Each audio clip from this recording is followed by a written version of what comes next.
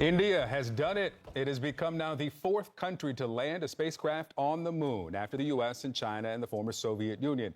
Just moments ago, we're talking just a couple of minutes, the Chandrayaan-3 spacecraft landed on the lunar South Pole. Look at the celebration here. India's Space Research Organization is already sharing stunning photos from the mission. And look at these pictures of the approach. It's a rare close-up of the moon's kind of dusty gray terrain. This mission comes as space programs around the world are racing to get to the moon. This weekend, you'll remember Russia failed to land a spacecraft on the moon. NASA has announced multiple crewed lunar missions, including plans to have the first woman and person of color on the moon's surface.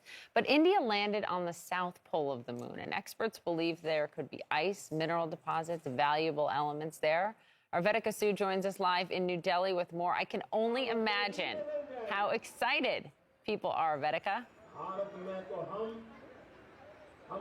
Absolutely. The moment that soft landing happened, Poppy, you should have seen these people behind me. Now they're leaving this temporary pavilion that was set up.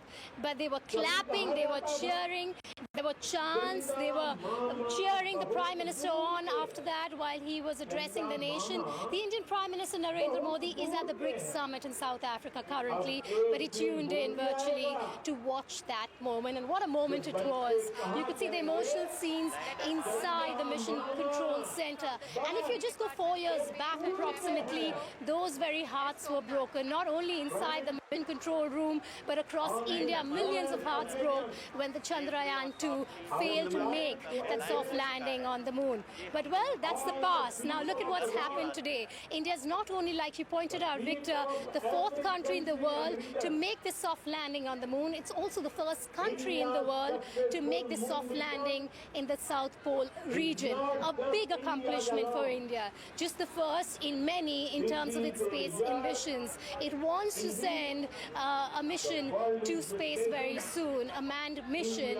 It also wants a place in the International Space Center there. So a lot happening at the International Space Station, rather.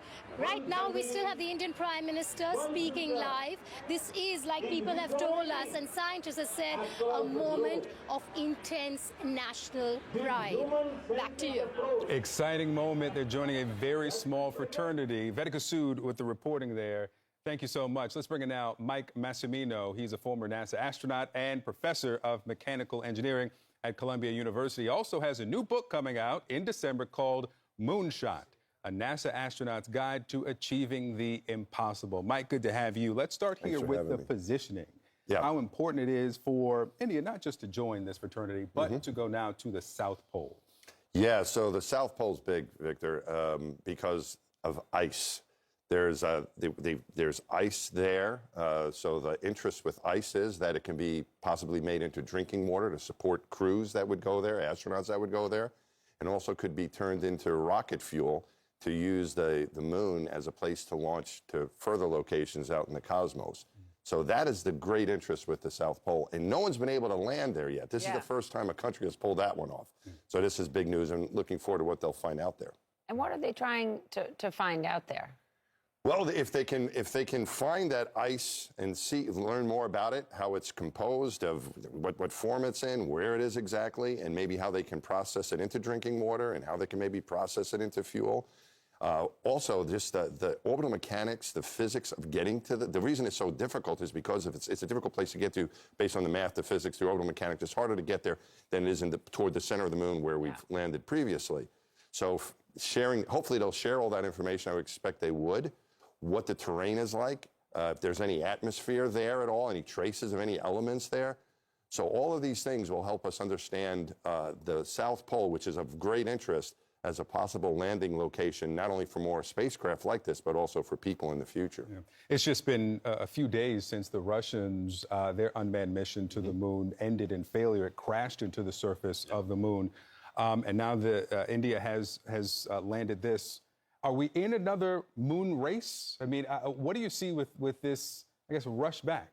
Yeah, I hope it's not a race. I think it's good to have a little competition maybe, but hopefully we're going to be sharing information together. I think what we're seeing here is that it's possible now to get back to the moon. Not just 50 years ago, like the United States did, an incredible accomplishment. It was just a visit. Now we're looking to go back and settle there and explore there and go there for science and for prestige, for national prestige. India is going to, this is a great accomplishment for them. And also strategically, economically, to see what resources are there. And can we use it as a place to move to other places in the cosmos to launch from there? So I think what we're seeing is that it's possible. When things are we can't get there. For the last 50 years, it's been, it's tough to get there and so on. But now that we see it's possible, more people are thinking about what they can do there. And so that's why I think we're seeing this heightened interest, particularly in that location on the moon. But I hope it's not really a race. I hope it's cooperation. It's not an easy thing to do. This is the first time a country's been able to pull it off.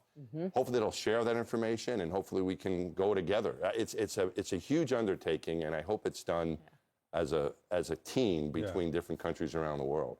Yeah. Good for India. They should Great celebrate for this India, weekend. yeah. Great really. for India. We'll Mike, see what happens, too. We'll see what they we will learn be here. watching it. Hopefully everything keeps working. Yes. They got a rover that's Fingers looking around, crossed. so we'll see Great what picture happens. so far. Mike Massimino, thanks so much. My Look pleasure. forward to the book. Oh, thanks Thank very you, much. thank you. Thank you for plugging it.